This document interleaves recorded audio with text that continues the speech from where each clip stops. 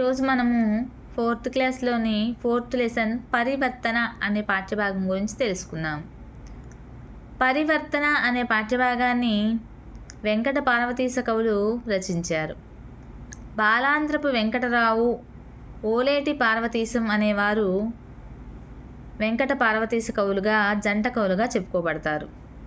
ఇక బాలాంత్రపు వెంకటరావు గారి కాలము 1822 నుంచి 1952 వరకు. ఈయన తల్లిదండ్రులు సూరమ్మ, వెంకట నరసింహం. బాలాంత్రపు వెంకటరావు గారు ముల్లాము, తూర్పుగోదావరి జిల్లాలో జన్మించారు. అలానే ఓలేటి పార్వతీశం గారు 1880వ సంవత్సరంలో జన్మించారు, 1970వ సంవత్సరంలో మరణించారు. ఇక వెంకమ్మ, అచ్యుతరామయ్య అనేవారు పార్వతీశం గారి తల్లిదండ్రులు. పిఠాపురంలోని తూర్పుగోదావరి జిల్లాలో ఈయన జన్మించారు.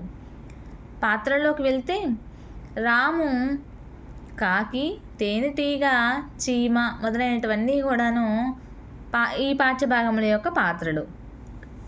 పరివర్తన అనే పాఠ్యభాగము కథా ప్రక్రియకు చెందినటువంటిది. కథ అనేది మానవ విలువలపై, ఆలోచనలపై ఎంతో ప్రభావం చేసేటువంటి సాహిత్య ప్రక్రియ. ప్రస్తుత పాఠ్యభాగం కథ వెంకట పార్వతీశ జంట కవులు రచించినటువంటిది. మానవ జీవితంలో బాల్య దశ ఎంతో క్లిష్టమైనది. ఆ దశలో పిల్లల యొక్క ఆలోచన సరళులు, స్వభావాలు సరైన దారిలో పెట్టడం చాలా అవసరం. ఇక ఇటువంటి పిల్లల స్వభావం ఇతివృత్తంగా కలిగినటువంటి పాఠ్యభాగమే పరివర్తన.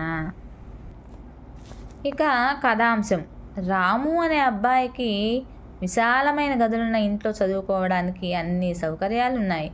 కానీ రాముకి చదువు మీద, పాఠశాల మీద ఆసక్తి తక్కువ.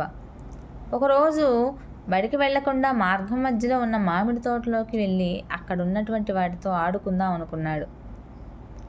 మామిడి తోటలోకి కాకి, తేనెటీగ, చీమలను ఆడుకుందాం రా అని అడగగా అవి మాకు పనులున్నాయి, వచ్చే కాలాన్ని దృష్టిలో పెట్టుకొని మా పనులను మేము చేసుకుంటున్నాం అని సమాధానం ఇచ్చాయి.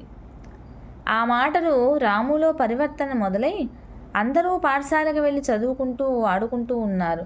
నేనెందుకు బడికి వెళ్లకుండా వ్యర్థంగా తిరుగుతున్నానని బడికి వెళ్ళి అందరితో కలిసి ఆడుతూ చదువుకుంటాడు. వ్యాఖ్యలు. నాకు అంత తీరిక లేదు. పూల నుంచి తేనెను సేకరిస్తున్నాను.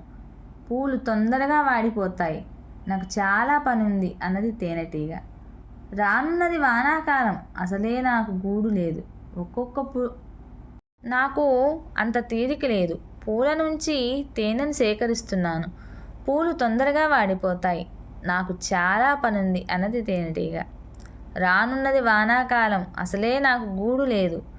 ఒక్కొక్క పుల్లను తెచ్చుకొని శ్రమించి గూడు కట్టుకుంటున్నాను అని అన్నది కాకి. ఇప్పుడు కష్టపడి గింజలు దాచుకుంటే అప్పుడు సుఖంగా ఉండొచ్చు అని చెప్పింది చీమ. భాషాంశాలు, వ్యాకరణాంశాల్లో అర్థాలు. పరివర్తన, మార్పు. ఆహ్లాదంగా, సంతోషంగా, ఆత్మీయంగా, ప్రేమగా. చిందరవందర, క్రమ పద్ధతిలో లేకపోవడం. ఆసక్తిగా, ఇష్టంగా. చిన్నబుచ్చుకొను, నిరాశపడు. ఇక భిన్నమైన వాటిని గుర్తించండి అన్నారు. కాకి, కోకిల, పాము, పిచ్చుక, వీటిలో భిన్నమైనది ఏదో గుర్తించాలి. ఇక్కడ కాకి, కోయిల, పిచ్చుక అనేవి పక్షి జాతికి చెందినవి. పాము అన్నది మాత్రమే భిన్నమైనది. కాబట్టి ఇక్కడ భిన్నమైనది గుర్తించమన్నాడు కాబట్టి వీటిలో భిన్నమైనది పాము. బొద్దింక, చీమ, ఈగ, ఏనుగు, వీటిలో భిన్నమైనవి ఏనుగు. కుక్క, పిల్లి, దోమ, గేదె, దీనిలో భిన్నమైంది దోమ. గులాబీ, టమాటా, బెండకాయ, పొట్లకాయ, వీటిలో భిన్నమైనది గులాబీ. ఈ మాసపు పాట పడవ నడపబోయి. వింజమూరి శివరామారావు గారు దీన్ని రచించారు. 1908లో ఈయన జన్మించారు, 1982లో మరణించారు. చంద్రంపాలెం, తూర్పుగోదావరి జిల్లా ఈయన యొక్క జన్మస్థలం. గోర్కీ కథలు, కల్పవల్లి వంటి ఖండకావ్య సంపుట్లు శివరామారావు గారి రచనలు. కళాప్రపూర్ణ అనే బిరుదుతో ఆయన సత్కరించారు. పాటలోని భావం. పడవ నడపవోయి పూల పడవ నడపవోయి అంటూ ఈ పాట మొదలైంది. పడవను ఎలా నడపాలి, పడవ నీటిలో వెళ్తున్నప్పుడు ప్రకృతి ఎలా ఉంటుంది, పడవ ప్రయాణం ఎలా సాగాలి అన్న అంశాలను ఈ పాట ద్వారా తెలుసుకోవచ్చు. చుట్టిన తెర చాపనెత్తి గట్టిగా చుక్కాని పట్టి వరగనీయకుండా అలలపై తేలిపోతున్నట్లుగా పడవ నడపాలి.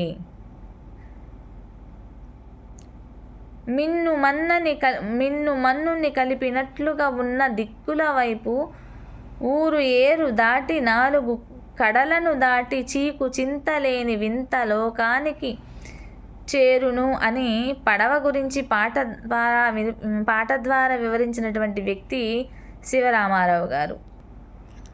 ఈ మాసపు కథ ఉపాయం. పాత్రల పేర్లు: భీష్ముడు, ద్రోణాచార్యుడు, భీముడు, అర్జునుడు. ఉపాయం కథ ఇతిహాసం. ఇది మహాభారతానికి సంబంధించింది.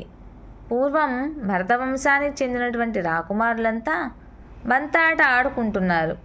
భీముడు బంతిని గట్టిగా తన్నటం వల్ల ఆ బంతి బావిలో పడిపోయింది. ఆ బంతిని ఎలా తీయాలి అని పాండవులంతా ఆలోచిస్తుంటే అటుగా వచ్చిన ద్రోణాచార్యుడు గమనిస్తున్నాడు. బాణాలను ఒకదాని తర్వాత ఒకటి వదలగా తయారైనటువంటి బాణం గొలుసుతో బావిలోని బంతిని తీయగా అంతలోనే భీష్ముడు ద్రోణాచార్యుని దగ్గరకు వచ్చి మా కుమారులకు విలువిద్య నేర్పమని వేడుకున్నాడు. ఈ విధంగా ద్రోణుడు భరతవంశీయులకు విలువిద్య గురువుగా ప్రసిద్ధికెక్కాడు. సూక్తి: మన ప్రతిభా పాఠవాలే మనల్ని ఉన్నత స్థాయికి చేరుస్తాయి. సో ఫ్రెండ్స్, మీకు కనుక ఈ వీడియో నచ్చినట్లయితే ప్లీజ్ లైక్ చేయండి, షేర్ చేయండి, సబ్స్క్రైబ్ చేయండి, సపోర్ట్ చేయండి. టీచర్స్ వీడియోస్ చూస్తున్నారు కానీ లైక్ చేయట్లేదు, సపోర్ట్ చేయండి ప్లీజ్.